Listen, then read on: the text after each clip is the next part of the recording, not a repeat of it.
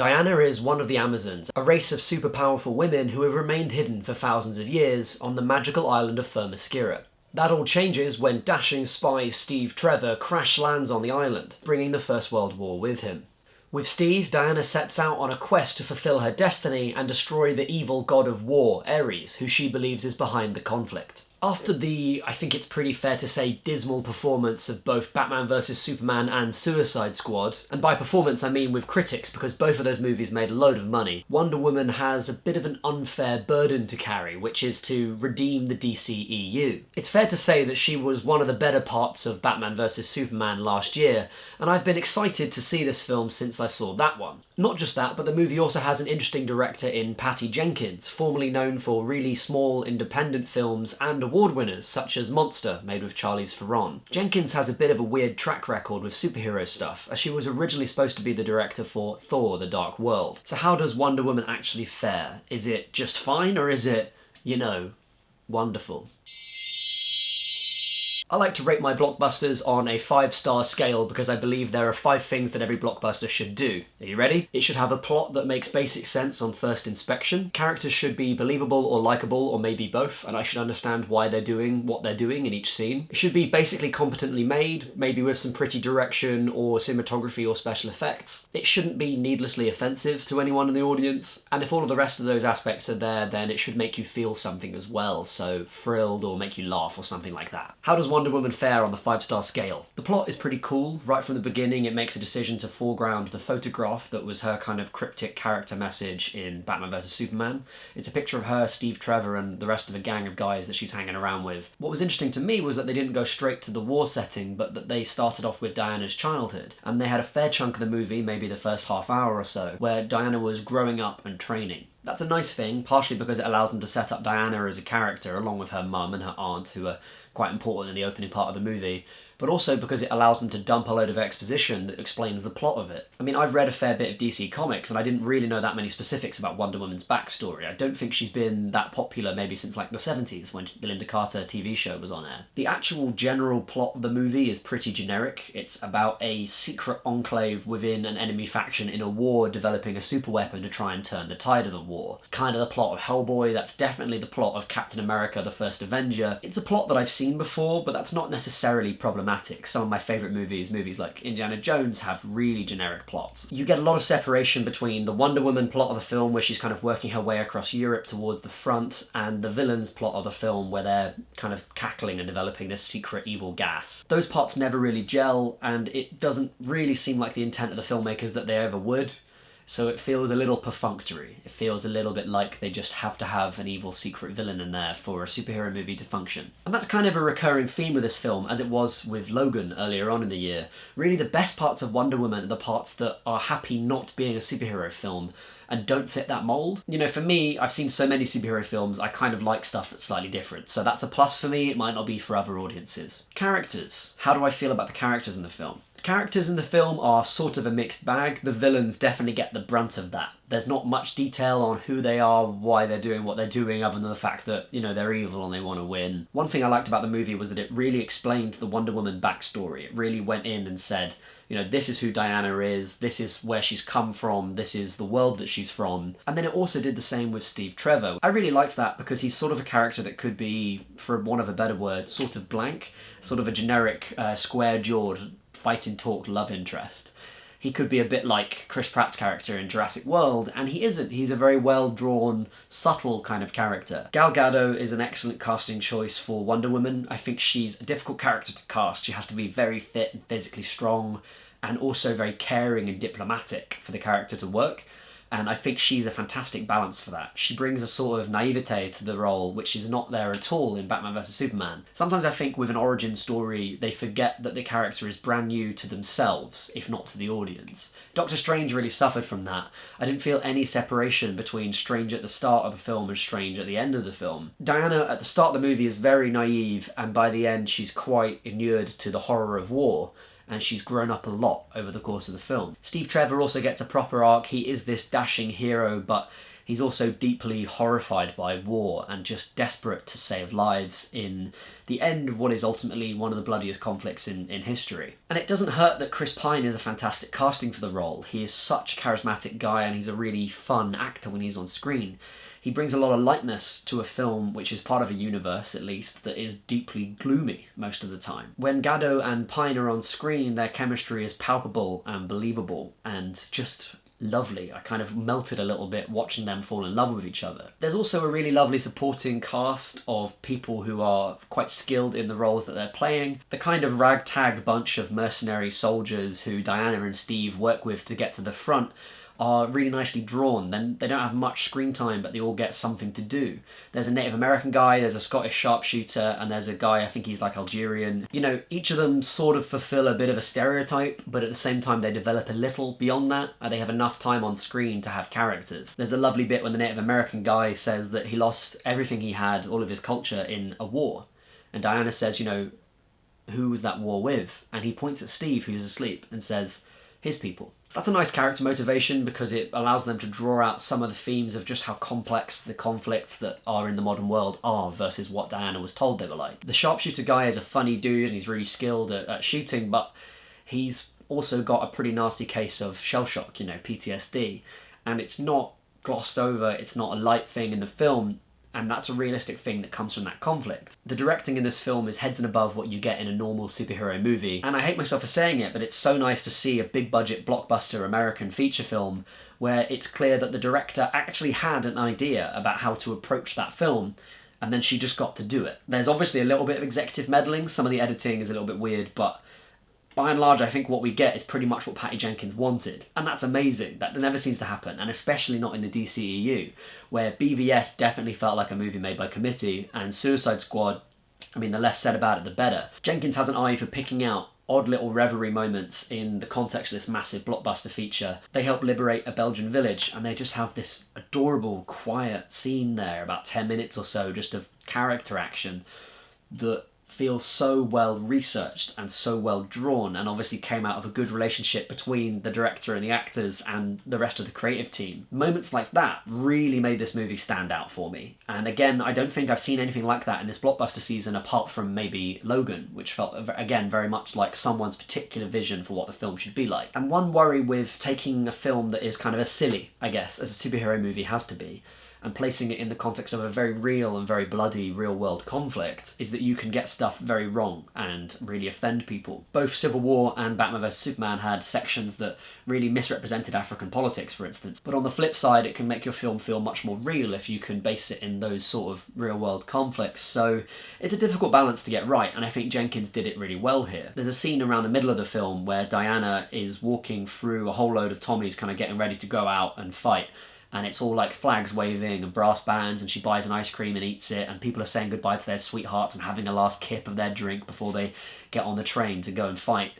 And it felt sort of twee and Americanized, and not at all what I understand that conflict would have been like. Once they're off the train, they're in a shipyard watching everyone leave, and then they go around a corner to their boat, and it's the ship that's coming back.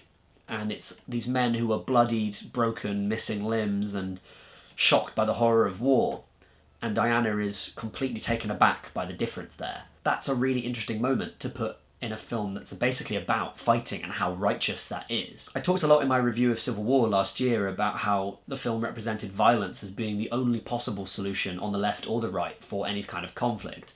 And I felt that was a really gross misrepresentation of the politics of war. A lot of commenters quite rightly said, you know, it's a superhero movie. It's about punching people at the end of the day, and you have to represent force as being the righteous decision. Otherwise, you're not working within that genre. It's like saying you want to see a Western without any horses in it. I kind of get that point of view, and, you know, I like a good punch-up as much as the next guy, but what you can do is balance it in the film, and I think that's what Jenkins does here, by introducing loads of scenes where Diana is completely taken aback by just the horror of the war that's around her, and by really making part of the plot the idea that humans are complex, messy people who find moral judgments really difficult and can get swept up in wars. I think Jenkins sugars the bitter pill of having a film that's based around violence, and she does something that DC, at their best, have done really well, which is to say, look, we can have values and still fight for what we believe in. Compare that to Yondu killing like 200 people just for fun because, hey, we had a 70s song and a good idea for a weapon and we wanted to show it off in our film. So there are a number of sequences in the film where it really feels like Jenkins is very much in control. I can't think of a clearer example than the exposition scene where you find out all about Zeus and Ares and the background of the Amazons and Themyscira,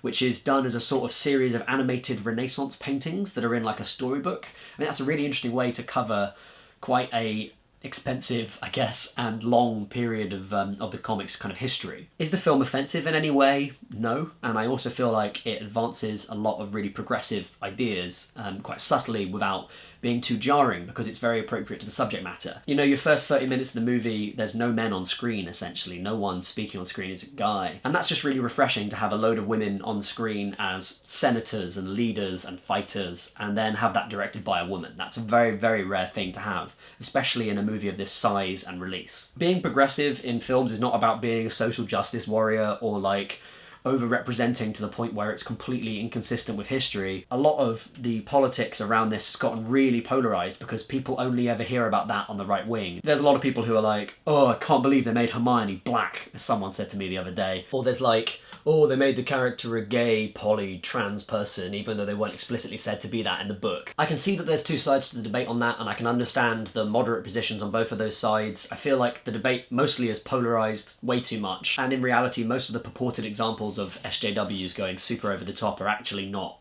really that over the top, and also are pretty responsive to the text in most cases. Obviously, I've kind of picked my side in one way or another because I've got a list of reasons why I want to like a blockbuster, which includes not being offensive, so you know kind of where I stand on that. But on the other side of it, I am respectful of the reality of the film and what they're trying to portray. I feel like Wonder Woman does a really good job of being progressive while also being completely consistent with both the comics and with the reality of the conflict they were portraying. In the end of the day, it doesn't even need to be as obvious as taking main characters of the films and making sure that they are of different ethnic backgrounds to other characters. It can literally just be as simple as, in a crowd shot in Wonder Woman, there is a group of soldiers coming towards the camera, and then behind them there's another group of soldiers, and behind them it's a big row of people. And just some of those soldiers are guys with turbans, they're Sikh guys, because there was a big Sikh contingent in the soldiers who fought the First World War. That's historically accurate, but you better believe that at some point someone had to say, we're going to have Sikh people in there, because otherwise they would have been cast all as being white young guys, because that's a kind of popular conception of what a group of soldiers in the First World War would have looked like. I don't even see that stuff as being progressive. I literally see that as just showing reality off for what it genuinely was. So I think in that sense, I'm going to give Wonder Woman pretty much full marks. I think it did really well. Last, but certainly not least, and kind of a check on whether or not Wonder Woman did well enough on the other four criteria, is, did the film make me feel anything? One of the most disarming things about this film is just how funny I found it. I found myself laughing quite a lot in the film, as did the rest of the audience. There are some really good lines, mostly thanks to kind of a double act where Chris Pine plays this world-weary dude and Diana is this very matter-of-fact but also quite naive character. So they can have a lot of banter together, and that was really good fun. Another plus of having a solid set of supporting cast is that you can have really good interactions on screen throughout, which makes it feel much more emotive, much more lived in when they come under threat. I'm going to talk briefly about spoilers, so if you haven't seen the film, probably just stop right here and then come back once you've seen it. Everyone gone? Okay, good. One of the things I liked about the film a lot was that it wasn't afraid to pack an emotional punch, and I think in the context of showing a real-life conflict, you've got to be okay with killing off some of your characters. A wonderful scene in the film comes around the midpoint when Diana talks to a woman in the trenches who's from a nearby village in Belgium. And they literally are starving to death just because food isn't getting in. And Diana just cracks, and she leads a charge through no man's land into the village and completely wipes out the Germans. It's an awesome sequence, and one that is really true to her character. And then later in the film, all of that village is killed by a gas attack. And it packs a punch because just 10-15 minutes before, you were kind of watching a love scene in the context of this lovely little village dance where we're all celebrating having had their freedom given back to them. And then the film does it again, right at the end, where we realise that Steve is not going to live through the war. It's a bit of a giveaway from the start of the film that the guys are going to die, because there's a photograph of them that is the main plot point of her character arc in BVS. And, you know, it's been about 100 years, old age would get them. What came as a surprise to me was that they did kill off Steve Trevor in the course of that film. And the sacrifice that his character does is a great example of how to do a character arc. Steve has been someone who, throughout the whole movie, has said, look, sometimes you do just have to do something to stop something bad from happening. but also by virtue of being a spy and sort of the nature of that conflict, he often goes for a middle ground and hasn't given his all. In this last moment in the film, and partially from Diana's example, he realises that something is important enough to die for, and it's the lives of all these people. And his last conversation with Diana, she doesn't hear at the time. And so you get this muddled, rushed goodbye. And he just hands her a watch, and we've no idea what he says as an audience, and runs off into this plane and dies, saving millions of people. He's just like, I wish we had more time together. But he's smiling as he says it. He knows that this is the right thing to do, and he goes for it. I think that's an incredibly moving character beat to have in a mainstream American action blockbuster. It was very similar, in fact, to an emotional beat at the end of Captain America, where Captain America, Steve, decides to get on a plane and go off and kind of sacrifice himself because that's the conflict. It's slightly the other way around, because kind of the mortal person is left on the ground in that one. But you know, that beat really rang true, and it was because of a whole set of good character work, a plot that made basic sense on first inspection, and a director who knew what she was doing the whole way through the picture. I had a little tear welling up in my eye at the end of that film, which I'm not proud to admit, but I think is a sign of how well that beat lands. So for me, I think that Wonder Woman is a very good blockbuster. I think it makes serious inroads on being a 5-star blockbuster on that rating scale because, you know, the plot makes basic sense, the directing's basically good, the characters make sense in every scene, and they're funny, they're likeable, they're fun, they're believable. And, you know, it made me feel something in quite a strong way. Does it have some problems? Yes, absolutely. Have I forgiven worse? Yes, absolutely. What I invite you to do as a viewer is to lose any sort of partisan relationship you might have with DC versus Marvel or with like blockbusters versus art films, and just try and watch Wonder Woman as a general audience member and see how much you enjoy it, because I suspect the answer will be quite a lot. One thing that isn't covered by that rating system, which I've thought about increasingly, is kind of audience reaction. I've said previously that as a critic I love going to live screenings and watching stuff with big audiences because it gives me a sense of what that audience thinks of the film and how the film really plays with the people it's supposed to be seen by. But the flip side of audience reaction and judging by that is that you can give a review that's really positive to an ultimately bad film. So I've been trying to think about ways to understand how an audience reacts to a film without compromising the quality of the films that I want to be giving good reviews to. One thing that I've really hit upon, definitely with family films and with stuff like superhero movies that have a strong kid audience, is, does the film stay with the audience? Is it a story that will stick in their heads? Will it inspire people? And that's one of the reasons why I really loved Wonder Woman, because it made a really strong attempt to not only have a load of women characters of diverse backgrounds and interests, you know, not just the heroine and the island of magical women that she comes from, but also a sassy sidekick character who's from a very normal background, and even the villain. One of the main villains is a woman, and I think it's important for movies to be as happy to have strong female bad guys as it is for them to have strong female heroes. In and amongst that, Patty Jenkins makes the decision to spend the first 15 minutes of the movie with a little girl who's learning what it is to be a strong woman. And I think that's a wonderful choice, because it will inspire young women who watch that film to go on and be anything they really want to be. Diana might be a superhuman who's made by the gods, which isn't exactly an achievable career goal for a little girl, but she's also a multilinguist, an art historian, she knows a lot about ancient culture, and she's an athlete. Those are things which are important and foregrounded very heavily in the movie, and really give Diana a status as a role model, which I really think BVS didn't do for Batman or Superman. I liked Wonder Woman so much I almost want to judge it as not being a blockbuster, as just being like a general release movie on its own, like I did with Logan, basically. I feel like it falls short on the mark on a number of things there. I feel like I'd probably give it a 6.5 out of 10 for an actual movie, but for a blockbuster I think it was a 5 out of 5. I'm quite happy putting this as kind of the second best blockbuster so far of the year. Logan I think was just a little bit above it, but I think it's a wonderful film and definitely worth the ticket price that you'll pay for it. So feel free to go and see the film with boyfriend, girlfriend, wife, husband, anything else you want to put in that box, and, you know, family young and old. Kiddos I think will really enjoy it. If you've seen the film and you really enjoyed it and you want to talk about that, comment down below. I'd love to hear your opinion. And if you hated it, if you're like, fuck you dude, electric guitar has no place in a modern movie soundtrack, then, you know, let me know in the comments down below as well. Hope you enjoyed my review. Don't forget to click subscribe to get the next one when it comes out, and have a good one. I'll see you later.